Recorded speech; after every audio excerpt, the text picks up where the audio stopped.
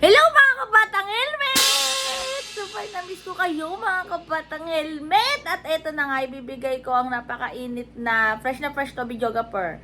Ang speech ni Atty. Leni Robredo videographer para sa FEU. Fine. Pero bago yan, syempre, intro, pasok!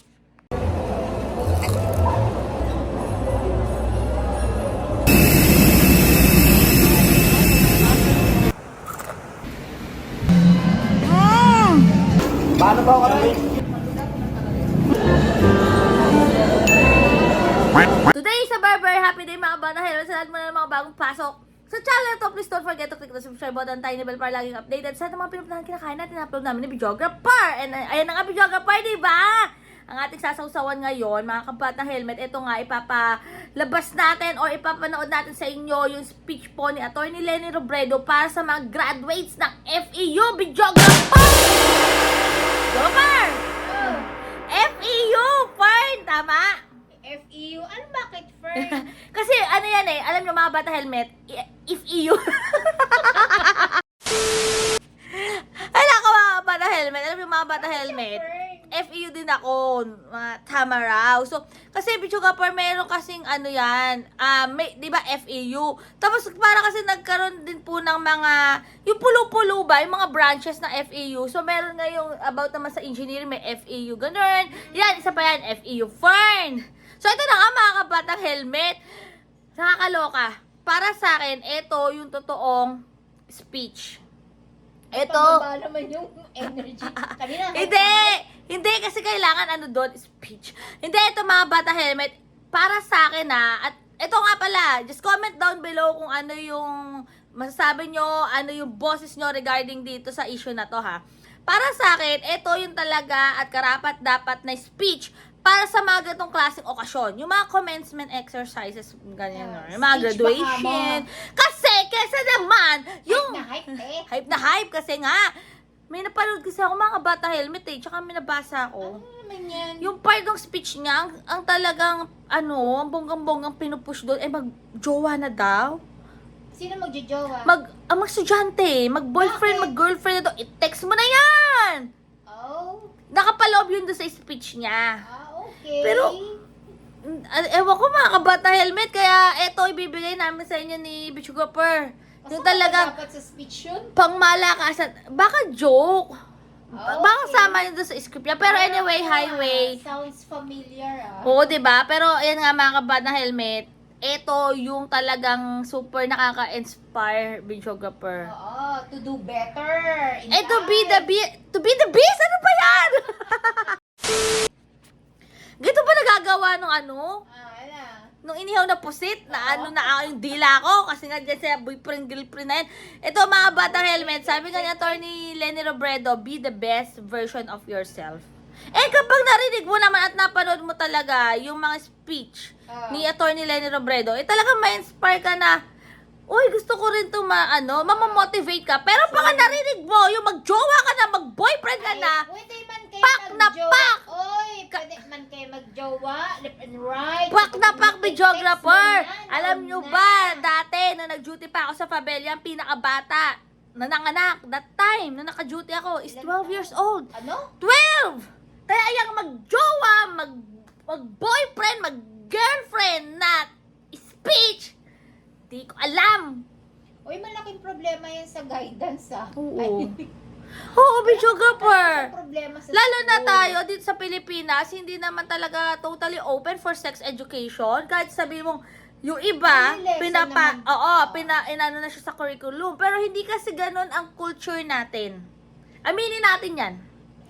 Yung iba sa atin is hindi sila well open-minded para sa mga ganyan topic. Pero dapat, maging na siya maging alam mo yon. responsible Oo. ka sa mga- Pero kung maririnig mo, videographer sa Ay, speech, pwede na kayo magjowa, mag-boyfriend, my girlfriend, i-text mo na yan. I-text mo na yan, oy. Nasa- I-text mo na yan at sabihin mo man, I love you. Nanayting ikaw ba yan? So, ito na nga mga batang helmet. Without further ado, ito na yung speech ni Atty. Leni Robredo para sabay-sabay tayo talagang ma-motivate. Inspiring speech yan. Yes. Ito yung totoong speech na talagang magiging speechless ka Yung isa, magi-speechless ka din dahil Ano ko na siya, oy! aman. I-text ko na. I-text mo man si Baroy. Ayun, Ay, ito na mga panang helmet. Panoorin na natin.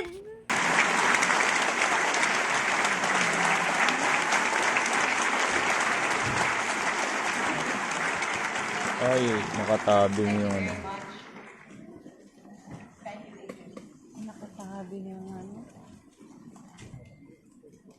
Mr. Juan Enrique Reyes, FEU NRMF President, Dr. Magdalena Natividad, Vice President for Academic Deans, faculty, and staff, parents and guests, and of course, our dear graduates, magandang hapon po sa inyong lahat. Suffice to say that this is a very important day. Perhaps the most important in your lives, so far at least, because there is so much more that lies ahead in your journey to become healthcare professionals. More struggles, more lives to touch and save, more milestones and trials, both in your careers and in your personal lives. But at this moment, as we gather today, allow yourselves to bask in the joy of celebration. Exhale with gratitude. And remember all that happened and the people who have been with you along the way. As students in medicine and allied health fields, I am sure you have come to realize that most things come to fruition as a result of collective action. Your education was made possible by the efforts of your loved ones, of this academic institution, and the community you have built for yourself in your school.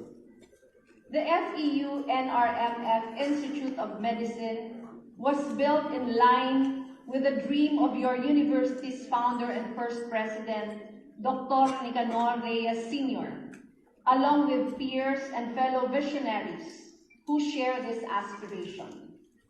Every single day, our nation and the world revolve and function because of our willingness to contribute and to march in lockstep toward shared advocacies and goals. The animating philosophy of collective action sustained us through the biggest health crisis of our lifetime. Our health professionals stood in the front lines, in the midst of walking through the dark, uncertain path. We looked at them for direction and light. There are many stories of everyday heroism in this all. I am sure that collective commitment to be true to one's duty, to put lives first, and ensure the safety and well-being of all. You would be familiar with all these struggles because an integral part of your education happened during the pandemic. You too were part of hospitals and institutions that provided care to our fellow Filipinos, even in the discomfort of long hours in personal protective equipment and the real dangers from an invisible enemy of unprecedented stealth. I know this personally because I had the privilege of working with many of you in our COVID-19 response initiatives during my time as Vice President. Medical students from FEU NRMF volunteered to be part of our operations from the very start, joining us in packing PPE sets and medical supplies, offering to drive around the metro and deliver hot meals to hospitals, and spending their free time to help us in between their studies and internships. Your doctors, nurses, and hospital staff took part in our efforts to make COVID testing and vaccines more accessible, and in extending medical attention and care to thousands through a free telemedicine platform. We are truly grateful to the students and professionals here who chose to be part of the collective, each giving the best of herself to our fellow Filipinos. In the midst of the unknown, you may have had moments of doubt, moments when you have these questions. When will this lead me? What future awaits me? Is it still worth all the sacrifices? Because you are here with us today, I'd like to believe that you chose to march forward despite the anxieties, that you chose not to entertain fear or decided not to be consumed by it. The hesitation keeps you in check, but the flight in your heels, that comes when you decide to be brave. Courage is not an easy choice to make, especially in moments when the future is uncertain and your lives could be put to risk. But as doctors, nurses, and allied health professionals, there will be many times in your lives when you will be called upon to be brave, to advocate for your patients at all times, to serve in the best interest of your fellow Filipinos, to conduct your work each day with integrity and empathy, as this academic institution has taught you, in line with the legacy of excellence and service that FEUNRMF has instilled in each of you. Courage is contagious. And when it spreads across our spaces, so does hope. Hope which we can find in the darkest of situations, in the oddest of circumstances, because there are people who choose to take heart. We see it in each doctor, each nurse, or each health professional who is true to his calling. We see it in every Filipino who contributes to the collective effort to make our country a little better each day. I see it in each of you who we celebrate today. Each of you who prevailed over the challenges of school. Each of you who are choosing to move forward despite the realities that were unmasked by the pandemic. There is still a lot ahead of us. As we rise from the pandemic and towards the new normal, we continue to dream of a truly systemic and strategic healthcare trust.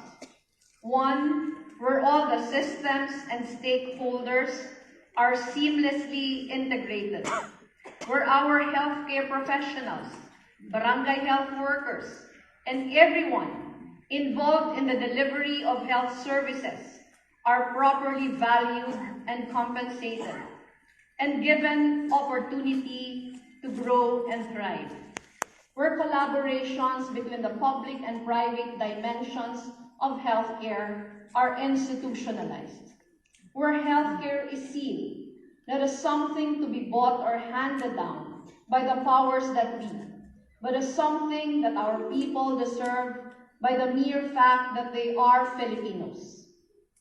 In our collective pursuit of this dream, we will need each and every one here to be brave. There are giant challenges ahead, and the work that this entails comes with many difficulties and heartbreaks. As our experiences have taught us, time and again, there is strength in numbers. There is power in collaboration.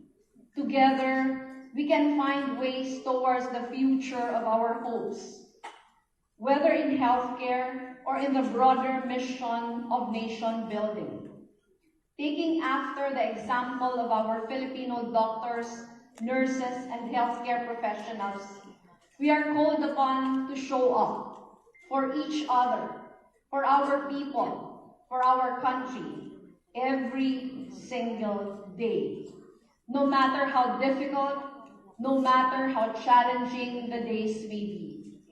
I believe that all of you, our next generation of healthcare professionals, will lead us towards the fulfillment of our collective dreams for our nation. Be the force of good that propels others forward. Lend your courage. Be brave. Be the hope. Congratulations, Batch 2023. Maraming salamat. Mabuhay kayong lahat.